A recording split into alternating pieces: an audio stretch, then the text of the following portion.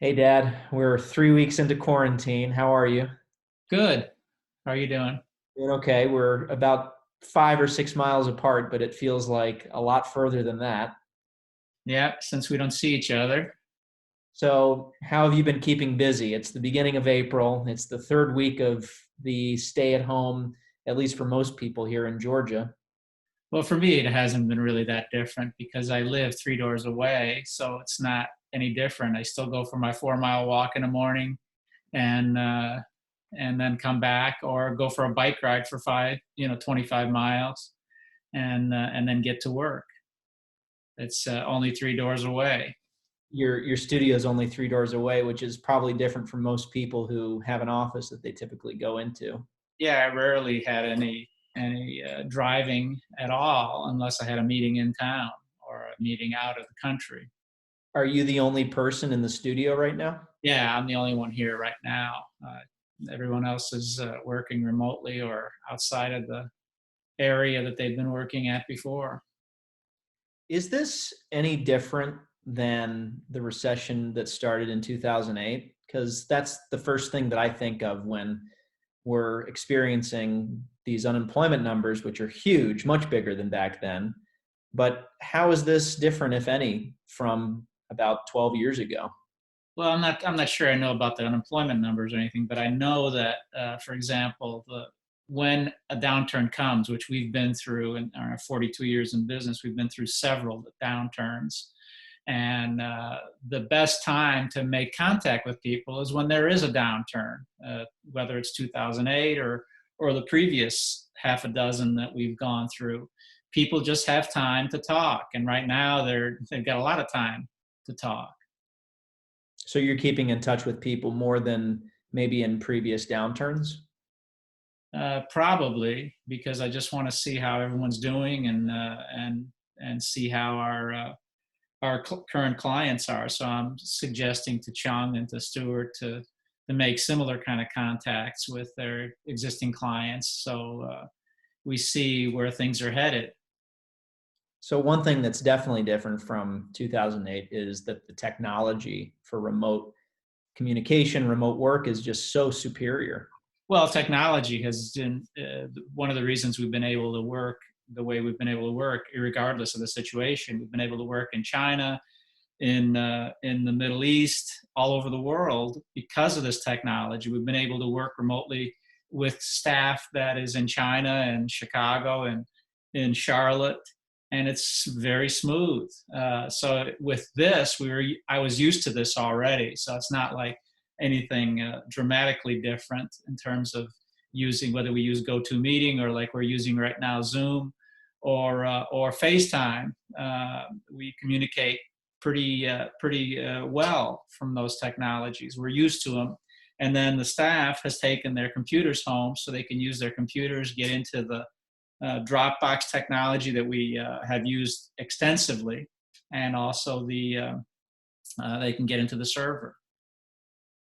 So you mentioned offline that you've got a bunch of hobbies that you're continuing to develop. One of them is walking in the forest, which I know you do every morning. Is that changed at all?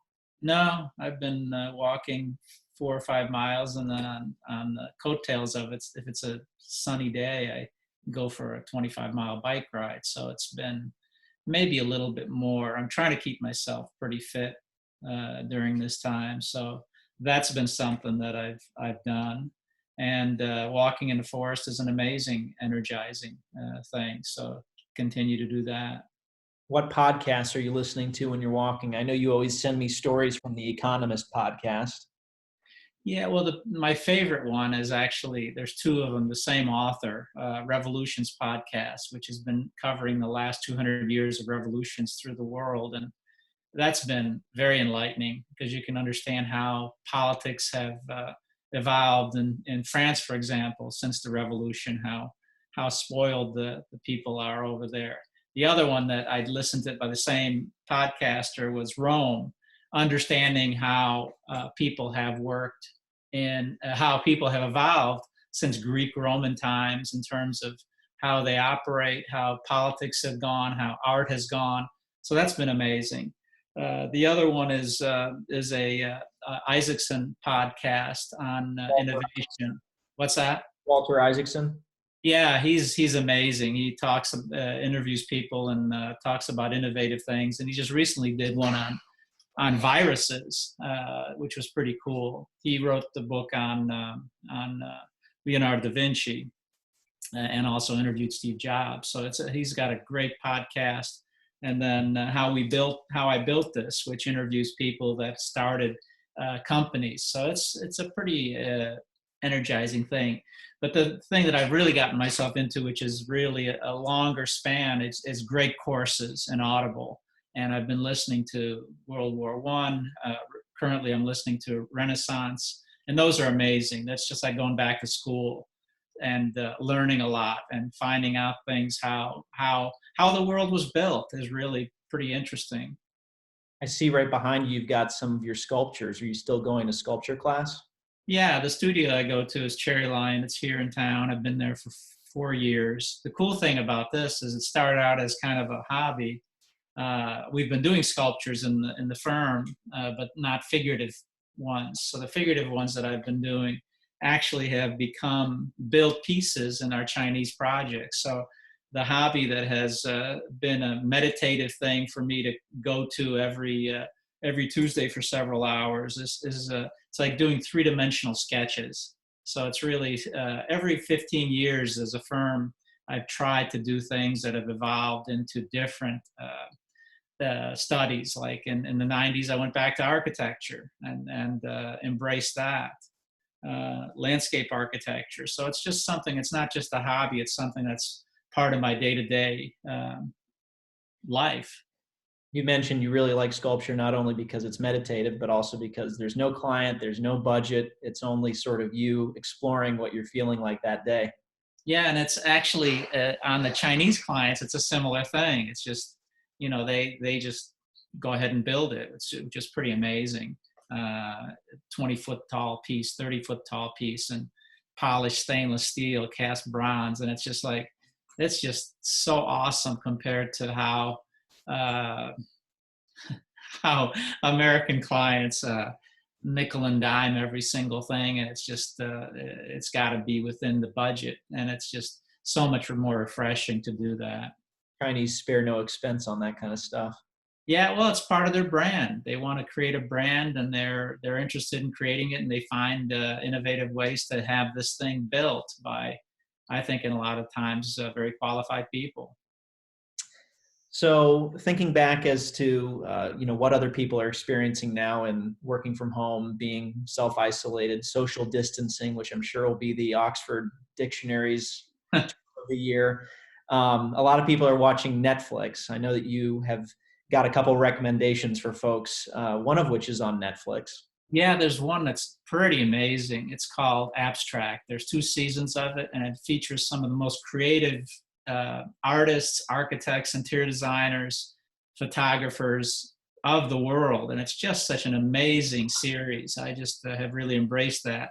The other thing that's out there, courtesy of Gary Huswitt, who's done a number of documentaries, he sends out once a week a freebie to see some of his films. He's done films on industrial design, featured the industrial designer from Braun, Dieter Rams.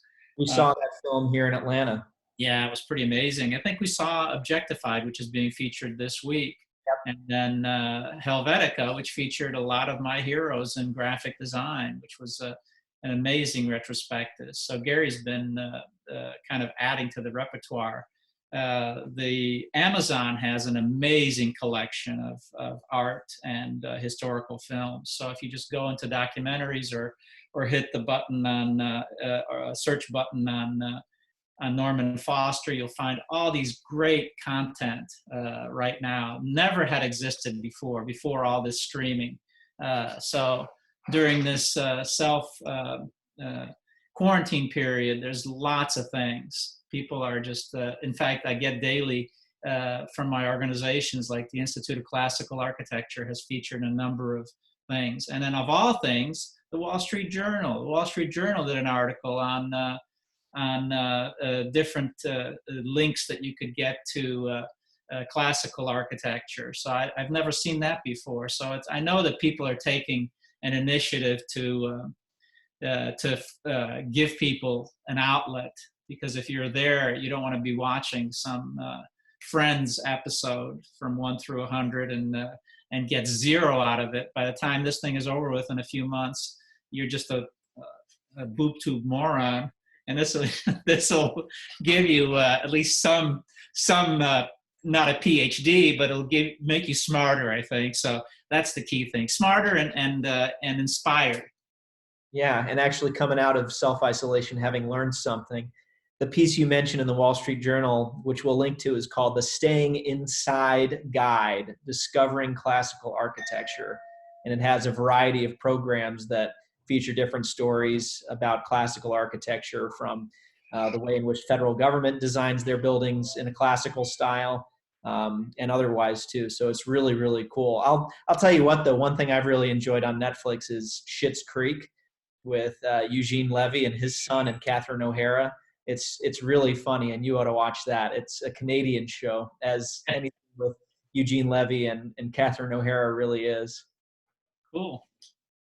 Well, so it's been really good talking with you. I hope other people enjoyed hearing what you're up to, and maybe we'll do this again sometime. Yeah, I look forward to it. It's this technology works just fine. All right, Dad. I'll talk to you soon. Thank you so much. Bye. Bye.